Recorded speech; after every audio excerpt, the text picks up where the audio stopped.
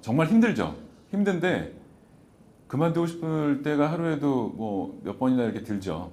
그런데도 이게 그만 못 두는 거는 너무 재밌어요. 네, 그래서 힘들지만 다 이 일을 좋아하는 사람들, 재미를 느끼는 사람들이 같이 옹기종기 모여서 광고를 하고 있는 것 같습니다. 가장 짜릿한 순간이면 역시 내 광고가 채택돼서 제작돼서 뭐 나올 때인가요? 언제가 제일 짜릿하세요? 그렇죠. 그 일련의 과정들에서 설득의 과정이 이제 통과가 될 때, 네, 그리고 이게 아웃풋으로 그 시장에 선보이게 됐을 때가 가장 아무래도 짜릿하겠죠. 뭐 상호 명까지는 그렇지만 그래도 뭐 기억에 가장 그러면 뿌듯했던 광고는 어떤 광고였나요? 네, 뭐 제가 참여했었던 광고들이 광고의 형태로만 나와 있는 게 아니라 여러 가지 또 광고가 소비자들의 경험을 또 만드는 거기 때문에 다양하게 나오는데요. 그 한 20년 전으로 돌아가면은 저의 그 신입사원 시절에 아주 좋았던 경험이 있었던 혹시 기억할지 모르겠는데 월드컵 캠페인이 있습니다. S모 텔레콤 네. 네네네. 붉은 악마 캠페인이 있어요. 예. 네네. 시청 앞에 사람들을 다 모아놓고 네.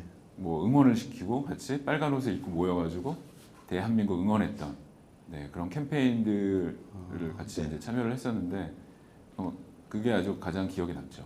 그 당시에 이제 통신사가 약간 경쟁처럼 붙어가지고 네. 막 경쟁했던 기억이 얼핏 나는 것 맞아요. 같은데. 네. 그래서 그 기업은 메인 스폰서가 아니었어요. 월드컵의 메인 스폰서 기업만 그렇죠. 네. 그렇게 광고를 할 수 있었는데 저희는 그 당시에 이제 메인 스폰서도 아니었고 그래서 어쩔 수 없이 경기장 스타디움으로 들어갈 수는 없었고 그래서 길거리로 어쩔 수 없이 간 거예요. 네, 길거리 스트릿 자체를 제2의 경기장으로 놓고 사람들을 모아서 거기서 우리가 스폰서는 아니지만 우리 국민들을 모아놓고 같이 응원을 해보자라는 이제 취지에서 왔었는데 너무나 뿌듯했던 거는 좋은 광고 캠페인은 언제나 그 비포 애프터가 명확한 그런 광고 캠페인이거든요. 그래서 이전에 행하지 않았던 행태를 그 캠페인 광고 캠페인으로 인해서 완전히 변하게 하는 그런 거에 이제 저희는 재미도 느끼고 보람도 느끼는데 그 월드컵 캠페인이 나오기 전에는 온 국민이 축구를 볼 때 대한민국 짝짝짝짝 지금은 너무나 익숙한 이 응원을 하지 않았었습니다. 네. 그래서 그 캠페인이 나오고 나서 온 국민이 오필슨 코리아를 부르고 짝짝짝 대한민국을 부르게 되는 그런 행동의 이제 변화를 이끌었던 캠페인이에요. 그래서 저에게는 이제 평생의 아주 시그니처 같은 그런 좋았던 캠페인 경험으로 남아 있고 그 당시에 머리부터 발끝까지 느꼈던 그 현장에서의 어떤 보람과 전율은 지금도 남아 있어요. 네. 그래서 그 그때 상황이 되게 좋지 않았던 게 경쟁사였던 통신사가 메인 스폰서였던 상황이었잖아요. 근데 이제 그거를 극복해내는 건 정말 쉽지 않았을 것 같은데. 네, 소위 말하는 MVC 마케팅이라고 저희는 부르는데 매복 마케팅이라고 그래서 사실은 주인공이 아닌 기업이 더 큰 성과를 냈을 때 저희는 이제 뭐 MVC 마케팅의 성공이라고 하는데 가장 대표적인 성공 케이스가 됐었죠. 어떻게 보면은 기획자들이 보통 자기의 성공 기획에 대해서 얘기를 하면은 다 저 사람은 기획하는 것마다 다 성공했겠거니 그렇게 생각하실 수 있는데 전혀 그렇지 않고요. 실제적으로 보면은 실패한 기획이 더 많습니다. 그래서 뭐 야구 선수를 치면은 뭐 3할, 4할 정도 치면은 정말 잘하는 타자잖아요. 그러니까 저희도 그런 측면에서 보면은 한 30-40% 정도 성공 케이스가 있다고 한다면 나머지는 저희가 봤을 때는 좀 아쉽거나 좀 실패라고 생각하는 케이스들도 적지 않습니다. 제가 겪었던 것 중에 정말 아쉬웠던 거는 뭐 여러 가지가 있지만 생각나는 건 저 현땡 자동차의 프로젝트 중에 그것도 거의 한 10년 정도 된 것 같아요. 10년 정도 전에는 이렇게 디지털 시대가 오진 않았었거든요. 그래서 조금 시대를 좀 잘못 만났나 너무 일찍 제안했던 것 같긴 한데 새로운 시도를 좀 했었어요. 제안을 했던 기획이 하나 있습니다. PY땡 기획이라고 네 거기에 젊은 사람들이 타는 현대자동차의 세 가지 차종이 있었어요. 뭐 외건 형태도 있었고 해치백 형태도 있었고 문이 살짝 달린 차도 있었고 젊은 사람들이 타는 차만 3개 모아놓고 이 차를 3개 묶어가지고 브랜딩을 따로 했었어요. 그래서 기존의 이제 현땡 자동차의 이미지와는 조금은 더 젊게, 조금은 더 스타일리시하게 이미지를 가져서 PY땡이라는 브랜드로 해서 광고 캠페인을 진행했었고, 그리고 디지털과 오프라인을 결합해서 드라이빙에 새로운 경험들을 해주는 그러한 멤버십 서비스도 결합하고, 그리고 뭐 세차를 하거나 아니면 기름을 넣거나 하는 모든 이 드라이빙의 익스피리언스 자체를 좀 새롭게 소비자들에게 다가가게 하는 기획이었는데, 너무 일찍 그때 제안을 해서 그런지 이게 소비자들한테 아주 사랑을 받지 못했어요. 그래서 한 2년 정도 지속을 하다가 좀 접었던 그 프로젝트가 있습니다. 그 부분이 제가 죽을 때도 아마 눈 감을 때 생각날 것 같아요. 그게 되게 아쉽고요. 그럼 지금 다시 만약에 그걸 한다면 네. 성공시킬 수 있다는 말씀이신가요? 아, 그럼요. 그리고 이미 그렇게 움직이고 있어요. 시대가 이제 디지털 시대가 완전히 됐기 때문에 10년 전에 제안했던 그것보다 더 완성도 있게, 그리고 어떤 테크놀로지를 이제 받쳐주기 때문에 더욱더 멋진 경험을 할 수 있는 드라이빙 라이프스타일 플랫폼으로 현땡 자동차가 기획을 하고 있는 것으로 알고 있고, 거기에 이제 뭐 작은 선구자의 어떤 뭐 돌 하나 던졌다라는 그런 보람을 가지고 지켜보고 있습니다. 항상 경쟁하는 이제 경쟁이잖아요. 네. 기획이라는 게. 네. 그 이제 저도 그런 경험이 있는데 막 정말 최선을 다했는데 안 되는 경우가 더 많잖아요. 말씀하셨듯이 10개 중에 3개 되면 그럼요. 사실 그 굉장히 높은 확률인 거고, 네. 사실 뭐 10개 하나도 안 될 수 있는데 어쨌든 최선을 다해서 정말 내가 쏟아 부었는데 안 되면, 저 같은 경우에 막 와 분해서 밤을 샜지만 또 잠이 안 오더라고요. 막 며칠 동안 정말 슬럼프에 빠져 있고 사람이 그렇게 되는데, 스트레스 관리는 어떻게 하세요? 건강 관리나?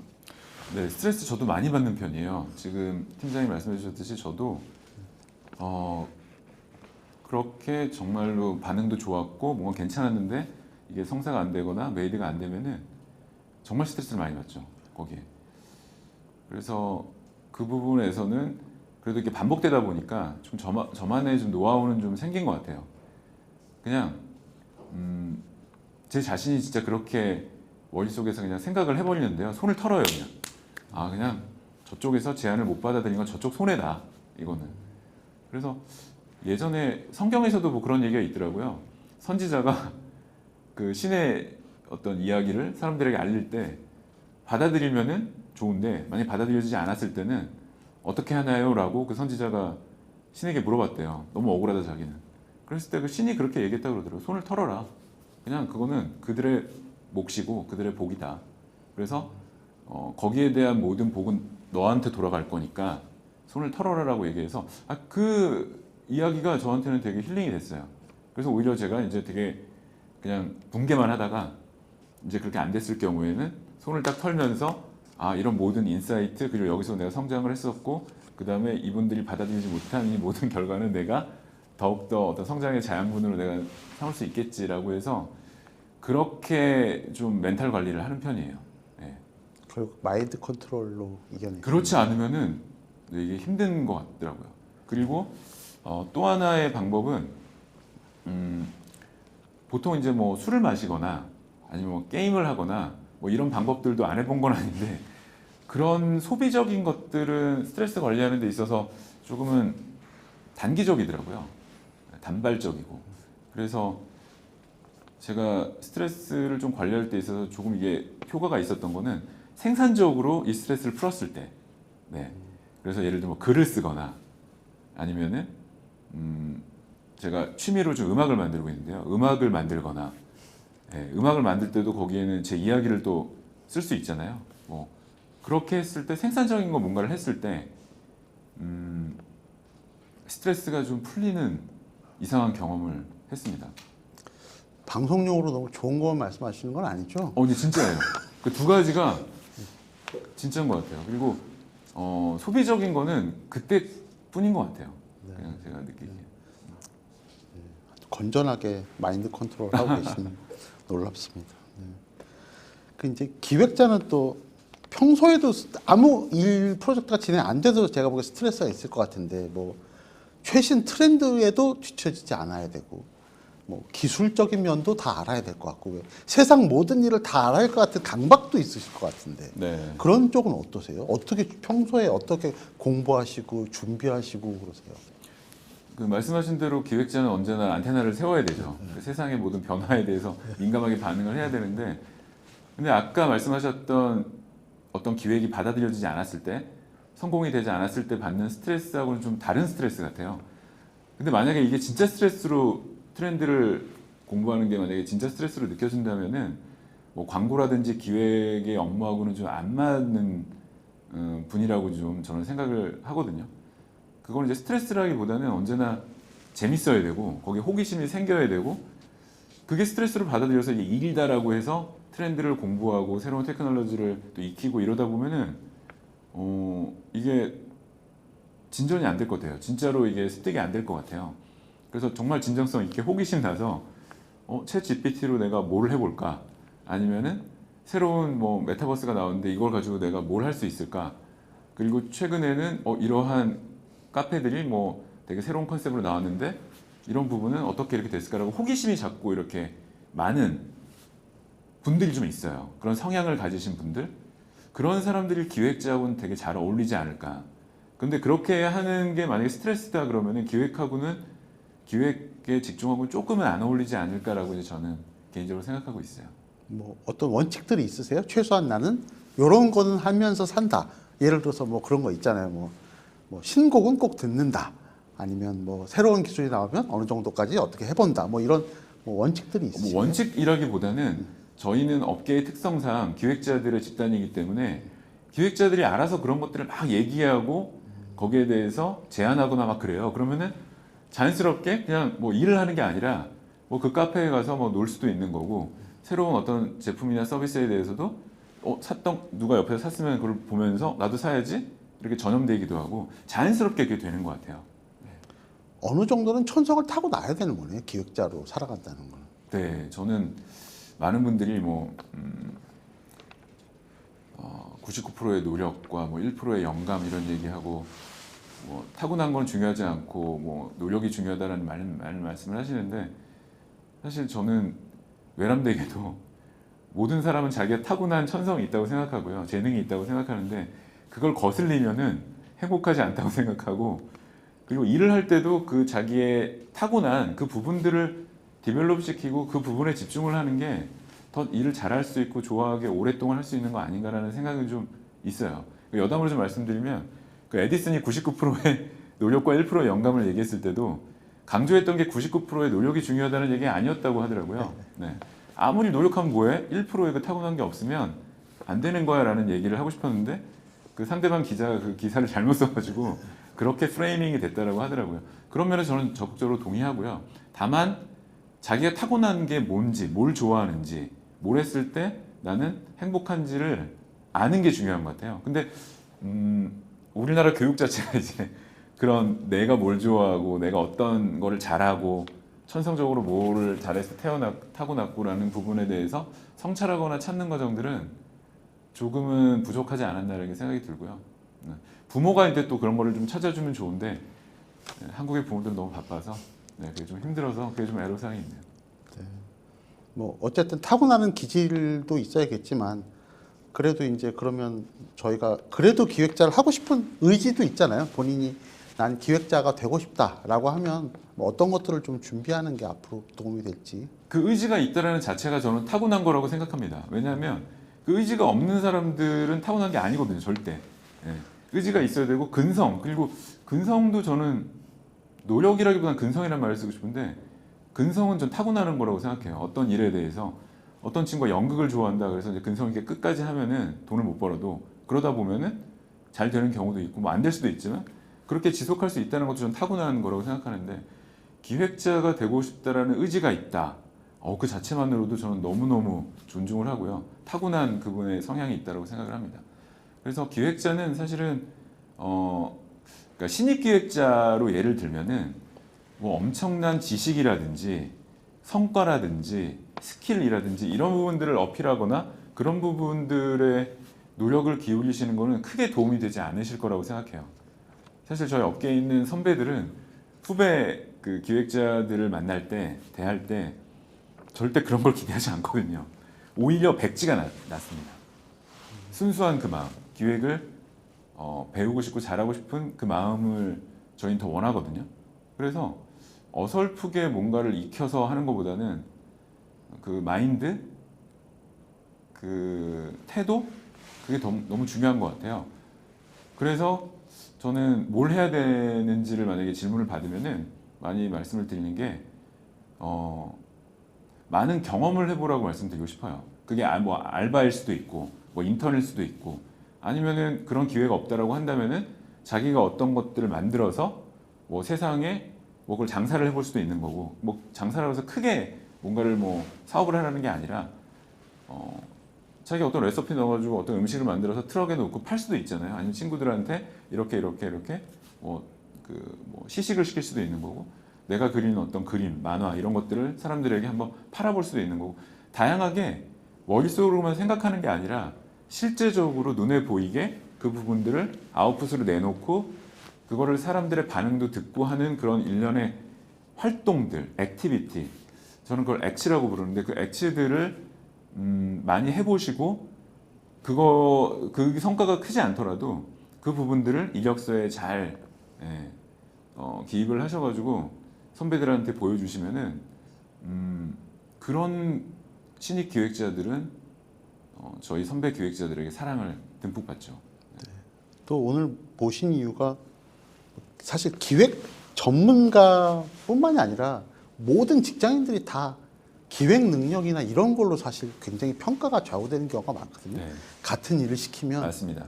어떤 기획력을 가지고 자기가 아이디어를 내서 하는 친구와 그냥 정말 그대로 해오던 대로 하는 친구가 이제 거기서부터 이제 뭔가 평가가 달라질 수 있는 거라서 네.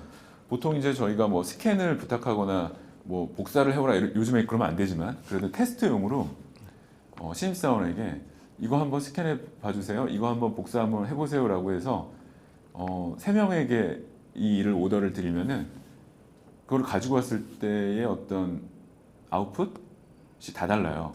근데 거기서도 기획력이 보입니다. 차이가 보입니다. 달라요, 접근이. 네.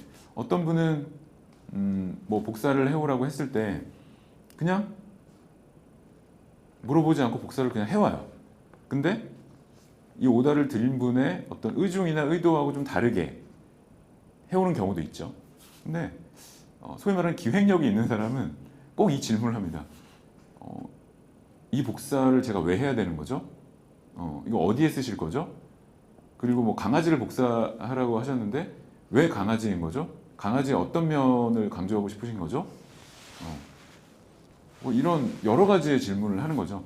그렇게 되면은 그 아웃풋 자체의 퀄리티가 달라지고 그 과정들에 접근하는 전문성이라고 저는 생각 안 하거든요. 그 태도라고 생각하는데 그런 어떤 이 일을 잘하고 싶어서 복사해오고 스캔해오는 게 얼마나 큰 일일까요? 작은 일이잖아요. 그 작은 일을 잘하는 사람이 점점 큰 일을 맡겼을 때 잘하더라고요. 그래서 처음에 그런 테스트를 좀 해보면은 기획에 대한 어떤 마인드가 있는 분인지 아닌지 그리고 기획에 대한 적성이 있는지 없는지도 좀 가늠이 좀 되는 것 같아요. 네. 맞습니다. 사실 모든 직장인들이 어떻게 보면 기획자라는 생각이 좀 계속 직장 생활 하면서 드는 것 같아요. 네. 네. 그 기업 자체가 기업이 저는 이렇게 정의를 하는데 기업의 기자가 한자로 보면은 기획할 때 기자거든요. 그래서 그걸 뭐 기업에 그냥 기다 이럴 수도 있지만 저는 새롭게 기업을 정의하는 게 기획을 통해서 밥을 벌어먹고 사는 조직 이게 저는 모든 기업이라고 생각해요. 그래서 예전에는 기업이라는 게 내부에 기획 부서가 한정돼 있었거든요. 어떤 기획 부서, 브레인 부서. 근데 요즘에는 모든 부서가 다 기획을 하지 않으면 살아갈 수 없는, 성장할 수 없는 이제 시대다 보니까 이제 모든 회사들은 다 기획하는 회사인 것 같습니다. 특히 이제 저희 광고 업계는 예전부터 이제 광고 기획사라고 불렀고요. 그래서 이제 기획이 저희는 너무나 더 중요한 또 그런 업종. 네. 사실 이제 기획의 아까 제가 마인드라고 말씀드렸는데 기획은 절대 이론으로 익히는 것도 아니고 공부하는 게 아니거든요. 기획의 어떤 접근하는 태도예요. 그리고 누가 가르쳐주지 않아도 본능적으로 어떤 일을 대할 때 일을 잘하고 싶으면은 그 코드로 생각할 수밖에 없습니다. 그래서 그 기획의 어떤 사고방식에 저는 그 되게 모두가 알고 있지만 사실 실천을 못하는 그런 코드라고 생각하는데 그거는 문제 코드와 해결 코드예요. 네. 그래서 어떤 프로젝트를 할 때 먼저 문제점을 규정을 해요. 그리고 문제점을 잘 규정하면 거기서 자연스럽게 흘러나오는 해결책을 제시를 하는 겁니다.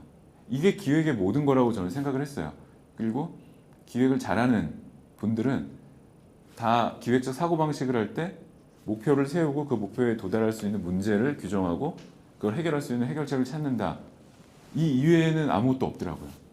그래서 이러한 기획의 사고방식 체계를 저는 이제 그 프라블럼 코드라서 P 코드라고 부르고 그리고 솔루션 코드라고 해서 S 코드라고 불러서 P 코드와 S 코드라는 이 두 개의 플래닝 코드만 있으면 우리가 기억을 하면은 잊지 않으면 누구나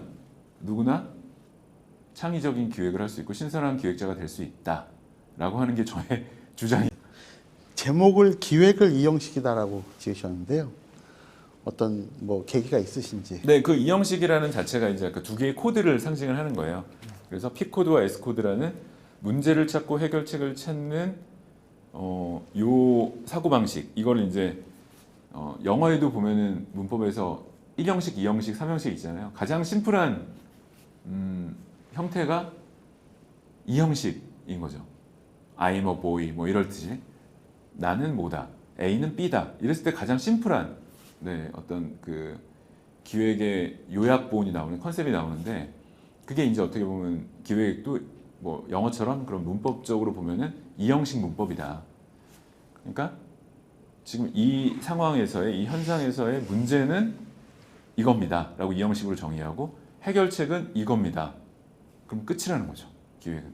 네. 이렇게 정의를 하고 있어요. 그래서 기획을 잘 하시는 분들 보면 사실 아이디어나 솔루션이 되게 신선하거나 이러지 않아요.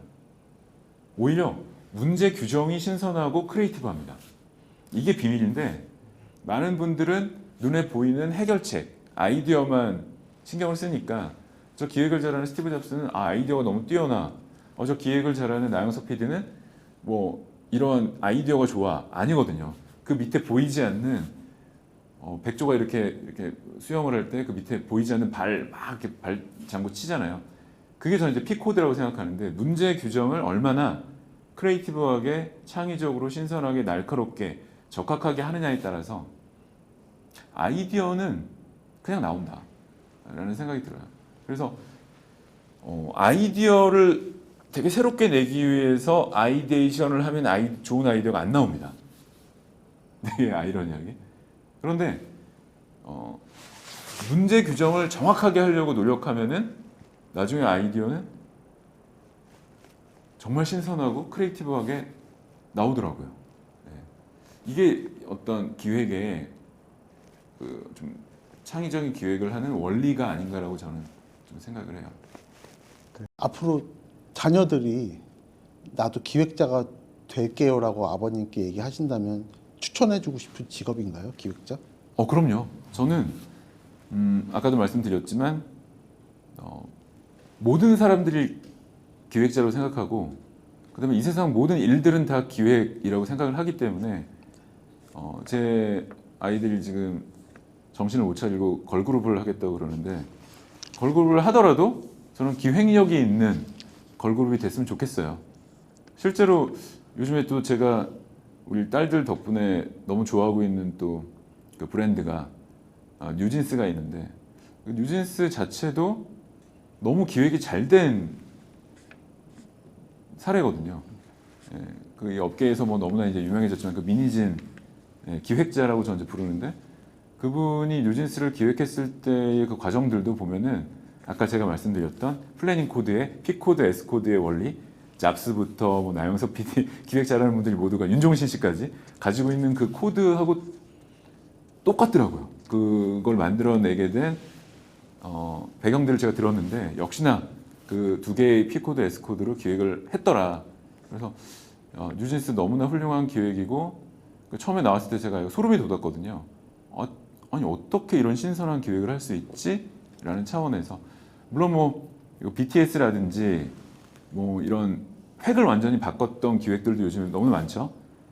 이제 BTS 기획 같은 경우는 이제 예전에 모든 음악 같은 경우는 다 서태지로 대표되는 신비주의 과정을 보여주는 게 아니라 결과만 짠 보여주는 문법이었다고 한다면은 그 문제를 해결한 거죠. 그래서 이제는 우리 팬들은 대중들은 그런 결과를 짠 하고 나타나는 걸 원하지 않고 그거는 그렇게 뛰어나지 않더라도 그 과정들 그 숱한 과정들을 오히려 공개하고 호흡하고 소통하는 거를 더 좋아한다. 그걸 더 원한다라고 했던 그 문법을 뒤집었던 기획이라고 저는 생각을 해요. 그리고 이제 BTS라든지 이런 시대가 만든 이런 기획들이 좀 있거든요. 예. 그런 면에서 저는 아까 그 질문으로 돌아오면은 딸들이 어떤 일을 하게 하더라도 저는 무조건 기획자로 살기를 권할 거고요. 다만 저희 딸이 이제는 변하긴 했는데 그 전에는 이런 얘기했어요. 하고 싶은 게 없다고. 아무것도 안 할 거야 앞으로. 그게 저는 두려웠어요. 오히려. 하고 싶은 게 없을 때. 근데 하고 싶은 게 생기면 그 다음부터는 기획력이라는 게 개입할 수 있거든요. 그러면은 남들과 똑같은 일을 하는 게 아니라 같은 것도 되게 다르게 신선하게 할 수 있다고 믿기 때문에 저는 뭐 기획자로 살아가는 거는 뭐 선택이 아니라 필수라고 생각해서 적극적으로 권장 내지는 강요를 기획이라고 하는 거를 많은 분들이 이제 너무 어렵다 아니면 전문가들이 하는 거다 특별한 거다라고 많이 생각을 하시는데요. 사실 전혀 그렇지 않고요. 기획이라고 하는 거는 계속 오늘 누누이 말씀드렸다시피 그냥 우리 모두의 인간이 가지고 있는 그 본능이고요. 그 사고 방식의 체계인 거고, 그리고 그 어떤 일을 대할 때의 태도 그런 마인드인 것 같습니다. 그래서 어떤 일을 하시든지 그 우리가 잠깐 지금 살짝 잊고 있는 그 기획의 마인드, 기획에 대한 태도를 좀 떠올리신다면은 훨씬 더 가치 있고 훨씬 더 성과가 있고 훨씬 더 행복한 그런 일들 그리고 그런 인생을 살아갈 수 있다고 저는 좀 확신을 가지고 있는데요. 그렇게 기획의 가치들을 조금 한번 상기해 보시고 한번 만나보시고 한번 관심을 기울여 주시고 적용을 해보시면은 확실히 그 인생에 있어서 일에 있어서 좋지 않을까. 그래서 한번 권해드리고 싶고 그런 차원에서 지금 이 컨텐츠를 보고 계신 지금 분들께서 어떤 일을 하고 계시는지 기획의 마인드로 한번 접근을 해보시면 어떨까라고 한번 제가 제안을 드리고 싶고요. 그 기획에 대해서 그래도 잘 모르겠다, 어렵다라는 생각이 드시면은 네. 제가 아까 말씀드렸던 플래닝 코드, P 코드, S 코드라는 기획은 이 형식이다 한번 참고를 해주시면은 너무나 또 도움이 되시지 않을까라는 생각이 듭니다. 아무튼 여러분들의 인생의 그리고 일의 기획 응원합니다. 감사합니다.